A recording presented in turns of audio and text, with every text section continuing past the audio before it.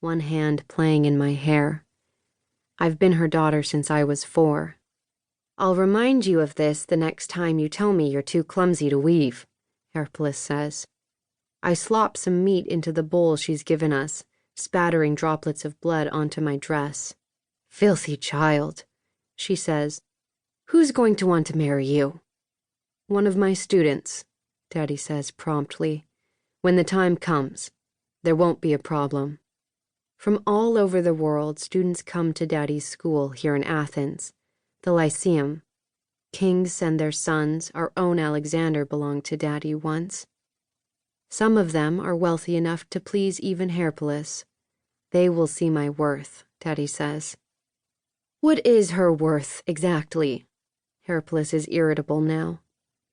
Carelessly, I've spattered blood on the lamb's wool, which she wants for a tunic. She calls for water to soak it. Nico sighs dramatically in his sleep, flinging out a pudgy arm. Daddy sits back on his heels, considering the question. I make a face at Hercules, who makes one back. She tucks Nico's arm in, and he sighs again more quietly. It's interesting. Daddy looks at Nico. The face of a child reflects the face of both parents. Perhaps the mind works similarly. If both parents are clever, the offspring, Hercules harumphs. Then too a philosopher might encourage her interests. Hercules yawns. Or not suppress them at any rate. I'm not getting married, I say. Usually I'm content to listen to their conversations, but this one is irresistible. Of course not, chickpea, Hercules says immediately. You're still my baby. Not for a long, long time, Daddy adds. They think I'm scared and want to comfort me. Years and years. Girls marry much too young these days. We should emulate the Spartans. 17, 18 summers. The body must finish developing. I'm not getting married, I say again happily. May I keep the skull?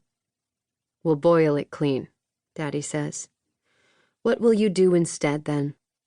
Be a teacher, like you. Gravely, Daddy and Hercules agree this is an excellent ambition.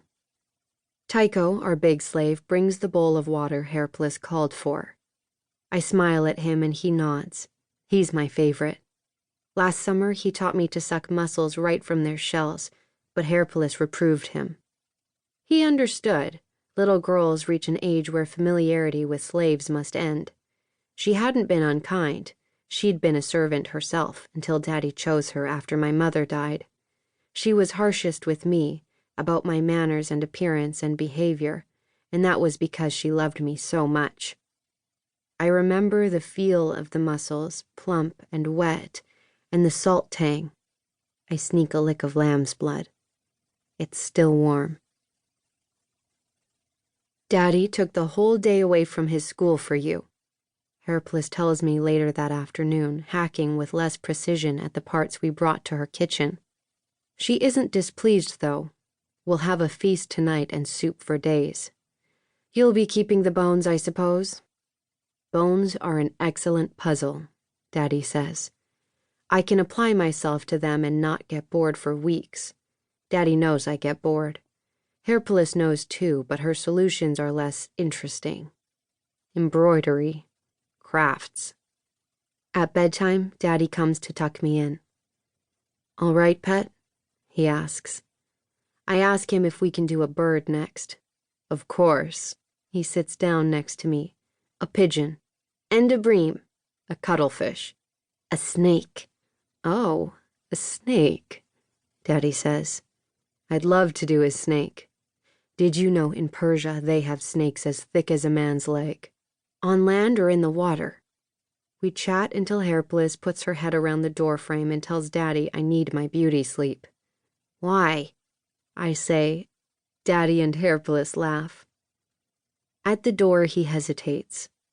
What we did today, he says. Even if you were allowed, the sanctuary isn't the place for that. You understand? Why? His lips quirk. Why do you think? I close my eyes and see the temple. The hush and the gloom and the long shafts of light with the dust motes turning in them.